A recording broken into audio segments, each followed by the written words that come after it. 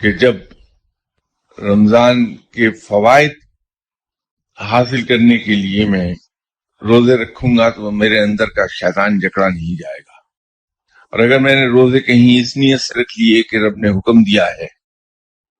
تم پر روزے اسی طرح فرض کر دیے گئے جس طرح تم سے پہلی قوم پر کیے گئے تھے تاکہ تم متقی ہو جاؤ، لیکن وہ اس پر میری نظر نہیں رہے گی، نہ رہی ہے کبھی، کہ میں روزے رکھ کے اپنا فرض ادا کرنے کے ساتھ ساتھ یہ دیکھتا رہوں کہ روزے رکھنے سے میں متقی ہوا یا نہیں، تاکہ مجھے یہ پتہ چل جائے کہ میں نے اپنا فرض بحسن طریق ادا کر دیا،